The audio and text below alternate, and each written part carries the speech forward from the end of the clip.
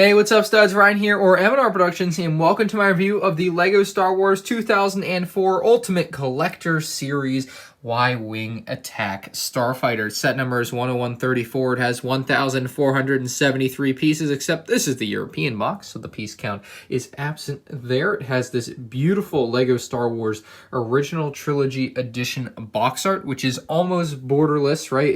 It's this semi-borderless design, kind of like they had in like the mid-2010s for UCS box art, but there's still somewhat of a black border around it, and of course the off the top of the S there goes all the way around as well, but still very good and clean looking box art. I really love what they have going on. You get the Y-Wing flying over the Death Star there, and it's presented so epically with it flying really fast. You have lasers buzzing by it, and I'm sure about to go down, but it's an amazing looking set just based on the box itself. The set cost $120 when it was released in 2004, so it was a pretty fair price back in the day. And of course, now on eBay, if you want to buy it new in the box, you're looking at $400 or $500. There has been a newer version of this release, the 2018 version over there, and I'll have a comparison video between these two out at some point if it's not out already, depending on when you're watching this video. The top of the box shows off some different angles and features of the set, especially with the cockpit opening there. The side of the box doesn't really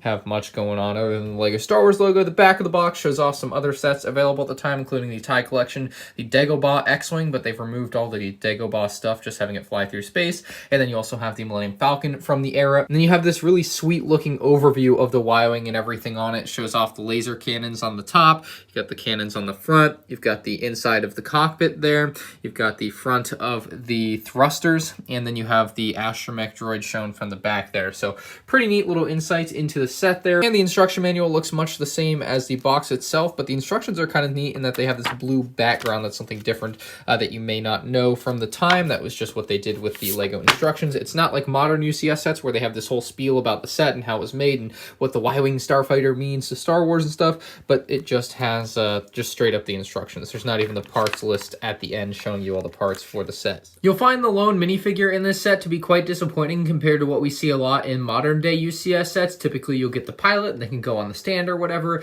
In this set, they only included an astromech droid that fit into the Y-Wing. Other than that, there were no actual minifigures. So some people may find this R4 unit disappointing, myself included. I wish we had gotten some sort of Y-Wing pilot in the set. That being said, it was 2004, and at the time, you would have definitely gotten a yellow minifigure. So it would have been a little bit awkward, to be honest, to see that in a UCS set. It's probably for the best that we never got yellow minifigs in UCS sets, so that worked out kind of well, but still, the R4 unit just leaves a lot to be desired. Here it is, the Y-Wing Attack Starfighter UCS from 2004, and like I said, this is a set I've always wanted. I really like, just off the bat, the color choice they made with the set. They used a much more predominantly white color scheme compared to the newer version, which uses gray, and there have also been both kind of color schemes in the playset version, so you kind of get a taste of both, which I like. I like that there is kind of both options between the gray and the white, and I don't know, for some reason I always thought I liked the white better just looking at the pictures, and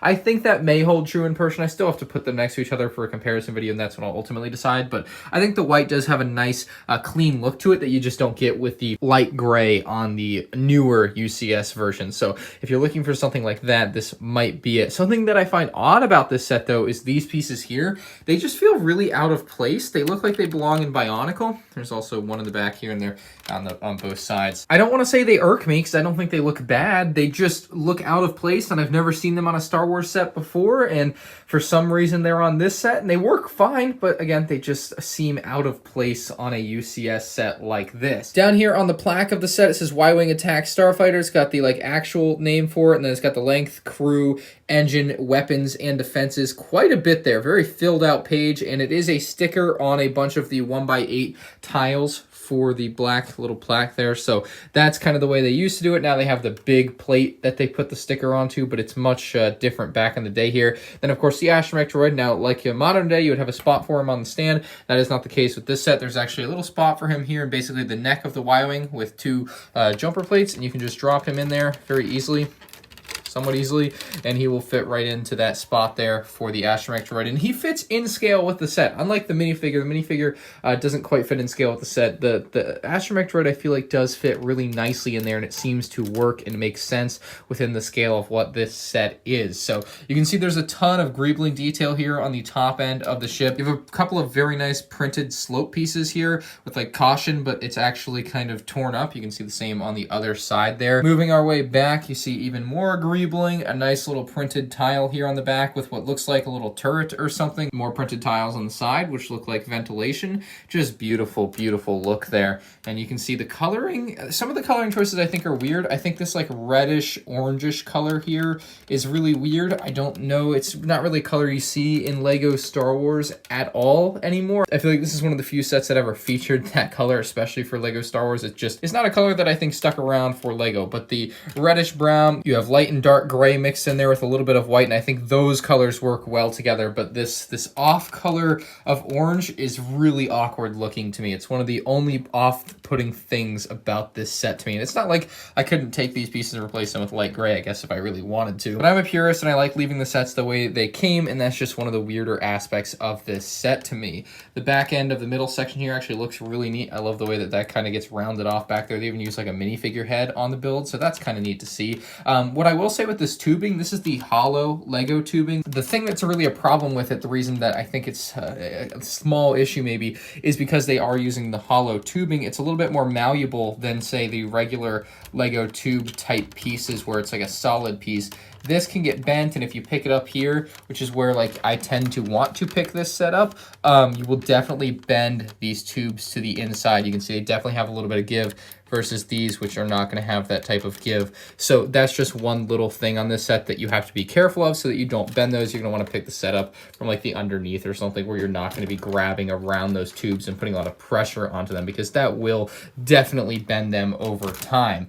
Now, as far as the thrusters for the set, they are both the same on both sides pretty much. There's just some like flipped bits or whatever, but you build it 2 at a time. So they are literally the same build, just on different sides of the ship here. So you'll see some aspects of this are really good. You have this really nice curved round dome here at the front. The shaping does not retain its same nice curve here going to the back, though. It becomes a little bit blockier. It's not perfect, but it's not terrible here as you get into this section. I like the yellow stripe around there as well. That's a really important stripe because it adds a little bit more yellow to the set, which would otherwise be missing, and that would be a problem. Now, one of my biggest complaints about this set, one that I didn't realize would be a problem, is these white tube pieces. Now, they are not rubberized like the newer ones that you see on sets. Namely, I know the homing spider droid uses this piece, but more in like a silvery grayish color. But these ones were in white in 2004, and they are expensive now. You can't just buy these super cheap on Bricklink or anything because they're made of plastic, so they're not rubbery. So apparently they might crack over time. But more importantly, they don't fill out the space in between very well at all. So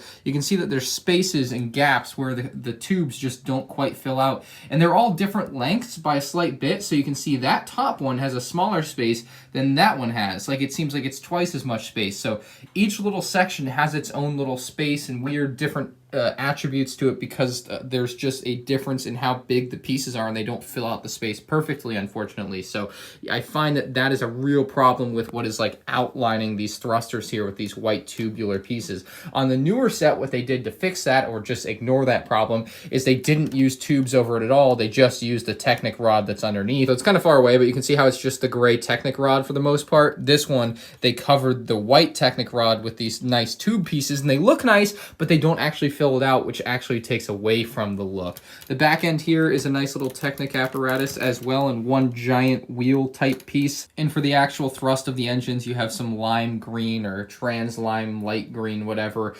cone pieces up under there, which look pretty neat. So you can see the model is very nicely detailed, especially for 2004. This is just kind of when LEGO Star Wars, I feel like, was really hitting their first really good stride with some of their sets. And I think this was one of the first good UCS sets, and it's one that definitely holds up to today. Now, we haven't even talked about the cockpit. The cockpit is a whole different beast for this set because you have this nice greebled and dirty looking back end of the ship, but the cockpit is this very clean white and yellow amazing, immaculate thing. So on the top here, you have a turret, which can spin. You can also have it move up and down, although I wouldn't really recommend playing with it. It's not that durable. And you can actually open the front end of the cockpit here, which is going to allow you access to the seat for your Y-Wing pilot. Obviously, the set doesn't include a Y-Wing pilot, and the seat is 3 wide instead of 2 wide, so it doesn't really fit a pilot very well, but you have the nice rangefinder, you have a nice control type area, so that works out well. It's just not super detailed like you may see on more modern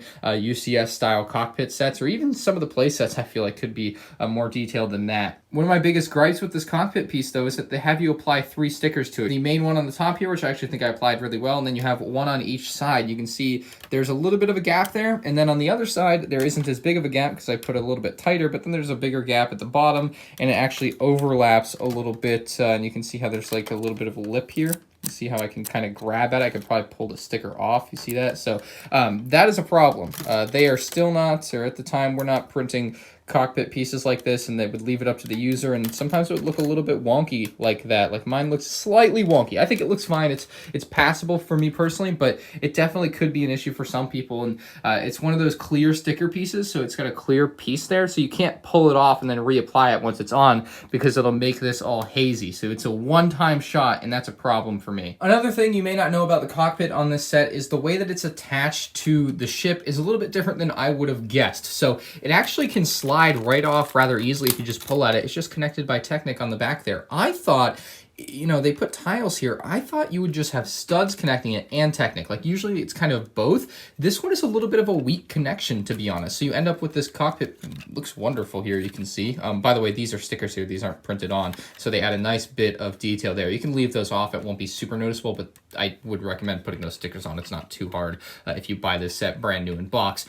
Anyway, you can see that these are tiled up, so you could actually pull this on and off if you want to. I don't know why you would want to. I find it to be a bit of a weak connection as well. Not that it's weak, like it's going to fall off during normal use or anything, but it's just like it has a little bit of give to it, right? You can see I can kind of move it a little bit, versus if it was connected to the studs, this thing would be solid and it wouldn't go anywhere. So just a slight thing, slight annoyance, not something that's huge. Obviously, if it's on display, you will never notice it if you don't just like grab at it here, but it's definitely slightly noticeable, and it's a small nitpick. So this set has a pretty dang beautiful stand. It's brick built, and it's mostly made of black pieces here. You can see very, very nice. It's very sturdy. It's going to hold your set up just fine. There's actually a little hole in the bottom of the Y-Wing right here where this stand kind of gets inserted into the set like this. And when you have it on there, it will be held like so. So you can have it in this orientation, and you can just as easily, depending on your space or whatever, if you just like it the other way, you can flip the Y-Wing around and you can place it back on the stand like this. It's going to work just as well as it does the other way, and it looks great. Now, it can actually do 2 more orientations. You can pick it up again, and you can actually place it facing forward in a downward motion like this, kind of like it's flying down towards the ground. And I actually think this could look really cool for a lot of people. Some people may really like the way this looks, or even from the side. You could set it up like this from the side. So that's kind of an interesting look for the set. And then, of course, you can take it and have it going up into the sky away from the stand, which I think is maybe the worst orientation. If that's the one you pick, that's the one you pick, but just not for me personally. I don't think I'll be using it like this. I'll probably honestly be leaving it in one of these sideways orientations, because I think that's the way it's meant to be displayed, in my opinion. But you can go for any of the 4, really, just kind of depending on what fits your space. Or if you're a maniac, you can take it off the stand and just display it like this and have it look like that. Like, that is on the table as well. You could do it like this, or you could build your own display thing for it and have it do whatever, but I prefer to keep my UCS sets on the stand, because I think that adds a lot of the display ability to a set like this. All in all, the 2004 UCS Y-Wing is an amazing set. It may not have the refinement of the modern LEGO Star Wars UCS sets, but it still has the charm, it has the size, it has the detail that a lot of modern UCS sets have. And it brings a different style than the newer 2018 UCS Y-Wing, which I'll be having a comparison of between the 2 sets very soon on the channel, if not already, depending on when you're watching this. Overall, I'm going to give this set an 8.5 8.5 out of 10. There's a couple of issues I have with it, like the cockpit not being fully connected in a proper way, the sticker for the actual windshield piece, don't really love that, as well as some odd color choices for these like orangish bricks. Don't love the way those pop out. Also just a little bit blocky on the sides. You know, there's some small things that we would obviously see improved upon in the newer model, and obviously the most glaring hole on this set is these little white things that do not actually fill out the space they are supposed to fill out. It just looks downright bad sometimes if you're looking for it, so I would say definitely be wary of that. And apparently those pieces can crack over time. I can't confirm that, but just beware of that if this is a set you are looking into getting. So this is the 2004 UCS Y-Wing. Let me know what you guys think about the set in the comments section below. It's one of my favorite UCS sets, and I'm very proud to finally own it. Thank you for watching, and I'll see you in the next one. Peace out.